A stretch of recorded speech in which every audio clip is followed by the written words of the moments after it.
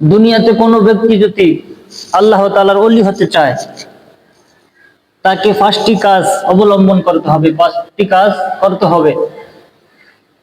1 নম্বর কাজ, সমস্ত গুনাহ থেকে আল্লাহ তাআলার কাছে তাওবা করতে হবে, মাফ চাইতে হবে। সমস্ত গুনাহ থেকে তাওবা করার আগ পর্যন্ত কোনো ব্যক্তি আল্লাহ তাআলার ওলি হতে পারবে না।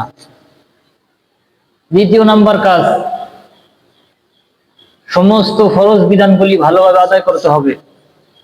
একটা ফরজও বাকি থাকা পর্যন্ত আল্লাহ তাআলার ওলি হওয়া যাবে না। 3 নম্বর কাজ, সমস্ত ওয়াজিবগুলি ভালোভাবে আদায় করা।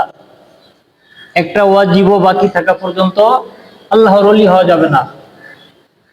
এরপরে 4 নম্বর কাজ, সমস্ত সুন্নতে মুআক্কাদাগুলি ভালোভাবে আদায় করা।